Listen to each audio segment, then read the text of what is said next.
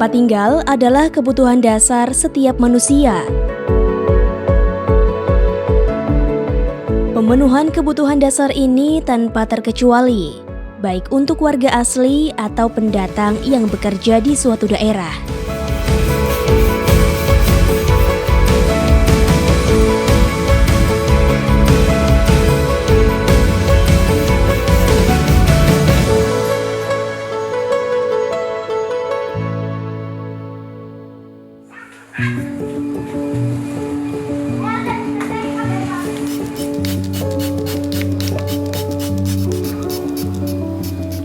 Di Jakarta sih pas magang 2015 kayaknya, itu magang di daerah Palmerah itu kan, dan habis itu balik lagi ke kampus, kuliah lagi bentar, lulus langsung di Jaksel. Itu 2017 sih awal bener-bener stay di Jakarta, itu 2017 lah gitu.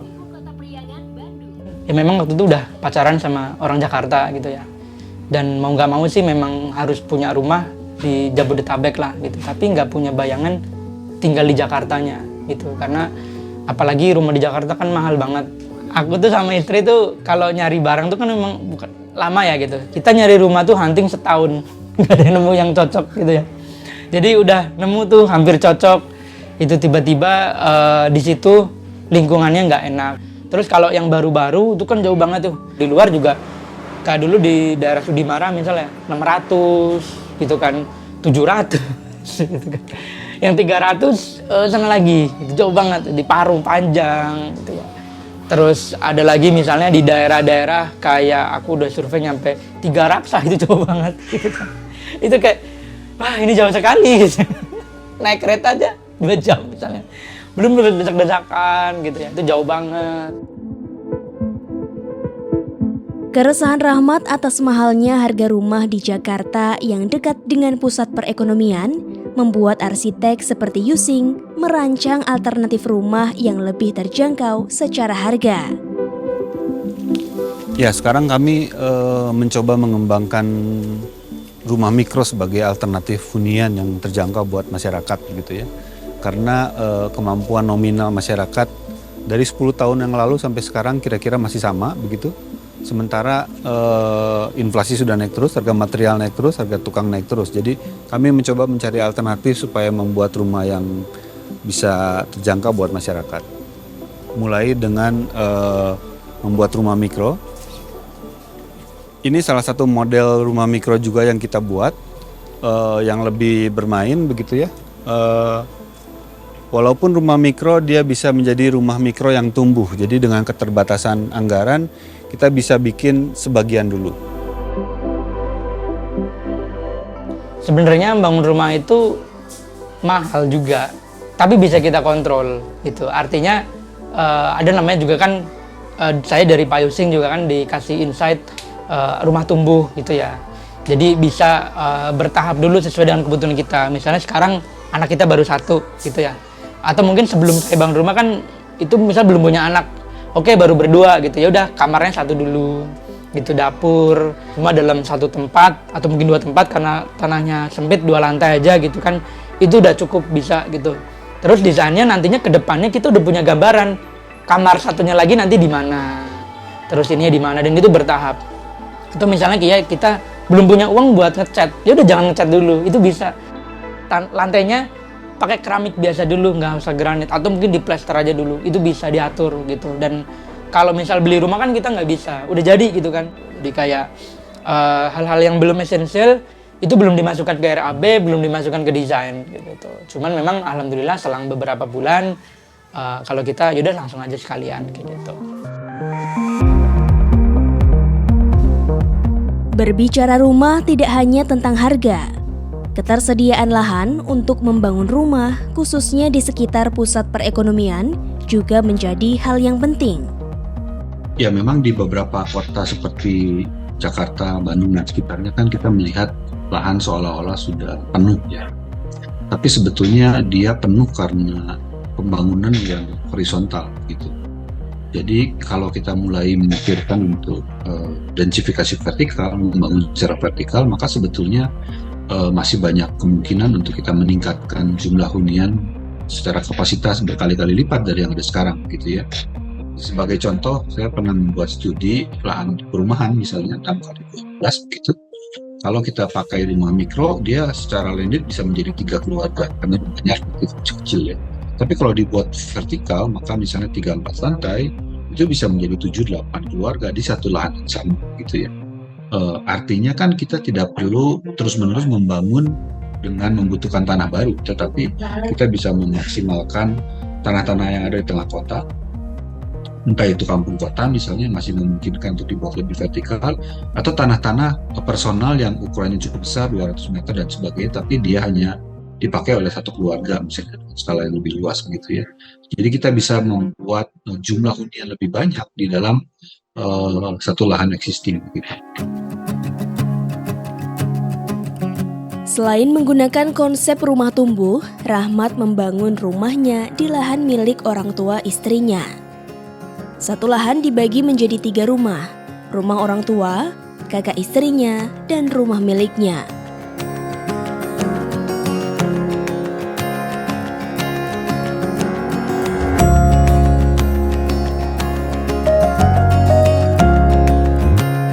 Total biaya yang dikeluarkan Rahmat untuk membangun rumah ini sekitar 400 juta rupiah. Jadi kalau dikira-kira sih ya, ini kayaknya depan nih sekitar 15 meter. Terus ke belakang itu sekitar 18 meter, jadi sekitar 270-an meter persegi lah, 300-an lah kayaknya itu. Kalau untuk ukur keseluruhan ini sih belum pernah gitu. Terus ini sebelah itu rumah ibu saya, itu kan yang belakangnya itu rumah kakak, itu belakang rumah ini. Ini nyambung bisa Iya, ini nyambung semua sih, gitu. Jadi kalau di sini itu ibu bisa keluar lewat sini, tuh. Ini dapur ibu di sini, terus kakak di sini bisa dari lewat sini aja kalau mau ke belakang. Jadi ini kayak tempat transit ini. Tempat lewat lah gitu sih, tempat lewat gitu untuk keluarga. Iya, kadang juga kalau lagi libur ya duduk-duduk di sini kayak gitu, nongkrongnya di sini gitu. Ini gudangnya di bawah tangga tadi. Itu.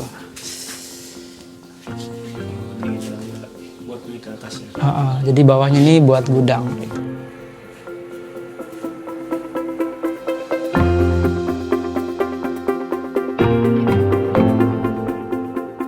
Ini dapur. Ini dapur ya seperti biasa sih, dapur kitchen set gitu sih, kulkas apa semua di sini. Terus di sana ada tempat makan.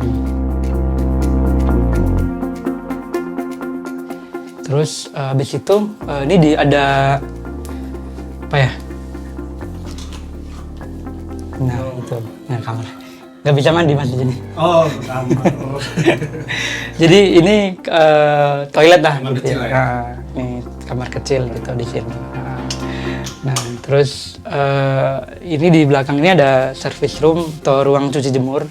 Jadi semi outdoor gitu kan. Jadi kalau misalnya hujan ya tinggal digeser ke sini, kalau panas kita ke sana itu. Ini semua cahaya masuk dan udara di sini sih enak gitu. Saya kadang malah nongkrong di sini. Duduk gitu di sini maksudnya, gitu kan. Duduk di sini aktivitas juga gitu di sini. Jadi semuanya di sini nyuci, nyetrika, jemur itu selesai di sini semuanya. Gitu. Di ruang yang meskipun kecil ini cukup.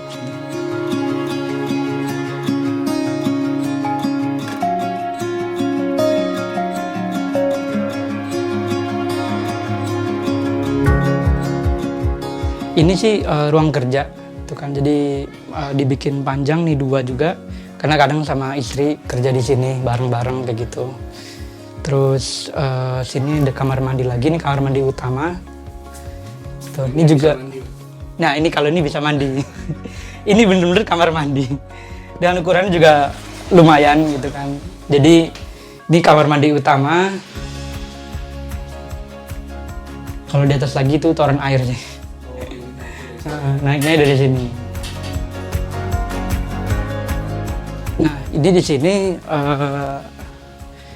tempat naruh baju sementara gitu ya. Sama ruang ibadah juga sih, kadang sholat di sini. Terus ini ada balkon. Tuh, ini balkon lantai atas lagi.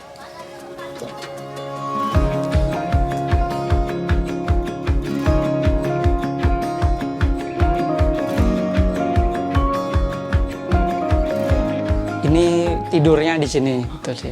Cuman ya paling atas sih, ini udah lantai paling atas nih mezanin, tempat tidurnya di sini. Sebenarnya ini nantinya pingin dibalik sih, tidurnya di lantai 1 tadi, sini buat ruang kerja gitu. Cuman nanti mungkin masih agak lama lah gitu. Lantai 1 tuh yang tadi terbuka itu? Iya, yang terbuka itu ditutup gitu kan. Tapi harus bikin tempat baru sih, mungkin di depan 2 lantai gitu, tapi atasnya buat ruang tamu gitu, misalnya bisa untuk pengganti yang tadi. Berarti secara ruangan semua terpenuhi ya sebenarnya? Sejauh ini terpenuhi sekali gitu, terpenuhi banget itu. Ideal bahkan? Ideal lah, bisa dibilang ideal gitu, karena masing-masing tuh ada tempatnya gitu. Karena kan kadang kalau di perumahan juga kan, perumahan elit itu, aku pernah survei, mereka jemurnya masih di garasi gitu, jemur baju masih di garasi gitu. Jadi kalau kami ya bersyukur sih kecil tapi masing-masing ada fungsinya gitu. Jemurannya nggak kelihatan tetangga gitu.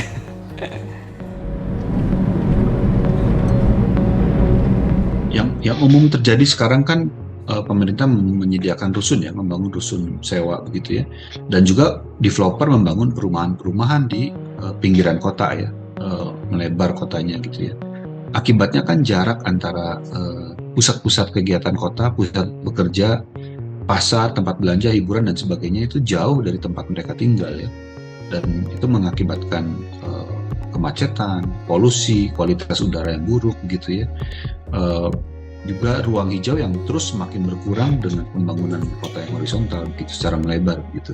Nah, dengan kita berfokus untuk meningkatkan kepadatan di tengah kota secara vertikal melalui flat-flat yang bisa kita buat, maka itu bisa buat penghuni juga menjadi jauh lebih sejahtera ya, karena mereka punya waktu yang lebih sedikit untuk pergi ke tempat bekerja, punya fasilitas transportasi publik sehingga tidak perlu menyediakan lahan parkir yang banyak di tengah kota gitu ya. Kebutuhan-kebutuhan hidup sehari-hari bisa terpenuhi dekat dengan pasar, dengan sekolah, rumah sakit dan sebagainya ya. Jadi hunian itu tidak hanya berbicara tempat tinggal saja, tetapi juga bagaimana fungsi-fungsi pendukung kehidupan lainnya juga harus berdekatan dengan hunian, dan juga jarak ya, itu menjadi hal yang penting begitu ya, yang membuat rumahnya menjadi layak gitu. Alasan lain Rahmat memilih membangun rumah di Jakarta adalah agar lebih dekat dengan orang tua dan jarak yang terjangkau dari kantornya bekerja. Jarak dari rumah ke kantornya yang berada di sekitar Jakarta Barat kurang lebih 25 km. Jika dibandingkan dengan Parung Panjang dan Tiga Raksa seperti yang ia sebutkan, maka inilah jarak yang perlu Rahmat tempuh. Jarak terdekat yang disebutkan Rahmat adalah Sudimara. Namun, bagaimana harga rumah di sekitar Sudimara? Jika kita melihat di situs jual beli rumah dan diurutkan mulai dari harga terendah, rumah dengan harga inilah yang termurah. Namun, jika diperhatikan, lokasinya tidak benar-benar di Sudimara. Begitupun dengan beberapa rumah di bawahnya. Lokasinya masih berada di Jalan Ciwaru Tenjo. Secara jarak, Jalan Ciwaru Tenjo berada sekitar 48,3 km dari kantor Rahmat di Jakarta Barat.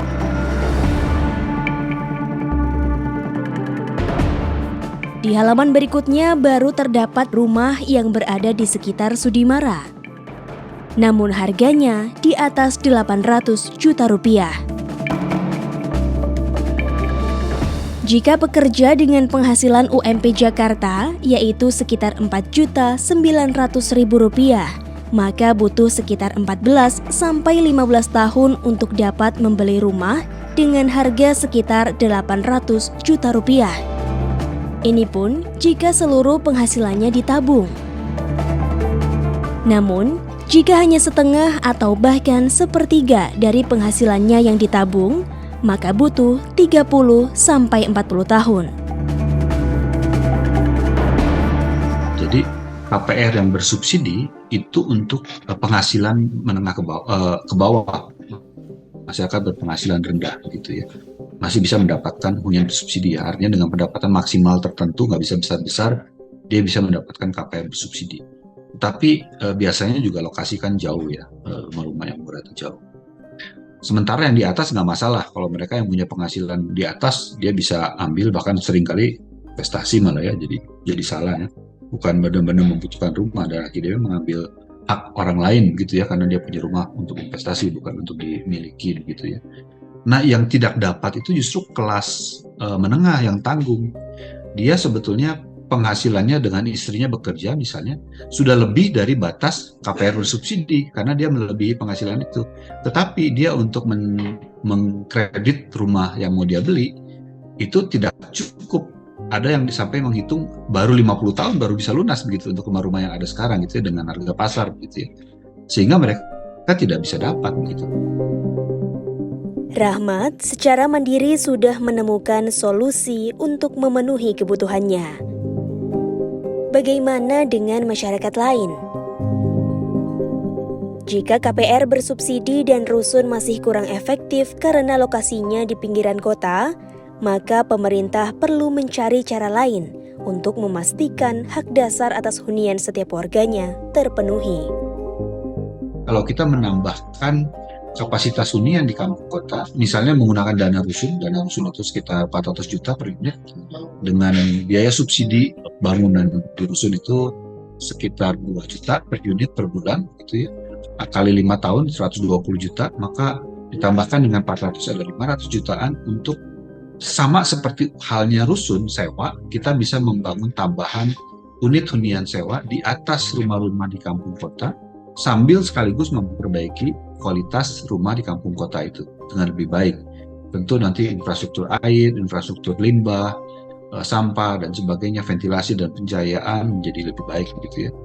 Dengan densifikasi vertikal di kampung kota, maka potensi perputaran ekonomi di kampung juga menjadi lebih tinggi. Itulah yang mendorong pertumbuhan ekonomi bagi warga di kampung kota gitu. Dan jelas pemerintah bisa mendorong, membantu untuk kawasan-kawasan yang memang kawasan MBR gitu ya, masyarakat berpenghasilan rendah begitu. Dan rumah-rumah yang dibangun tidak hanya rumah milik saya kira, tapi juga rumah sewa, karena kebutuhan masyarakat kita juga sangat banyak yang baru mampu untuk membeli rumah sewa atau menyewa rumah, bukan membeli rumah, karena kemampuan ekonominya yang terbatas gitu ya, menengah sampai menengah ke bawah sangat banyak membutuhkan rumah sewa. Datanya saat ini di Jakarta aja sekitar 35% kalau tidak salah itu penyewa begitu ya. Saya kira seperti itu. Lebih tepatnya ya alhamdulillah bangga dan puas gitu sih. Puas dalam artian cita-citakan lah ya gitu kan. Bisa tercapai lah gitu, punya rumah dan dengan desain yang saya suka gitu kan. Dan banyak orang yang menganggap juga, banyak yang suka juga gitu. Maksudnya jadi bisa memberikan apa ya, pikiran lah ke orang lain. Kalau dibilang inspirasi kayaknya terlalu berlebihan ya. Kalau sudut pandang ya, bisa berbagi sudut pandang dengan orang lain gitu.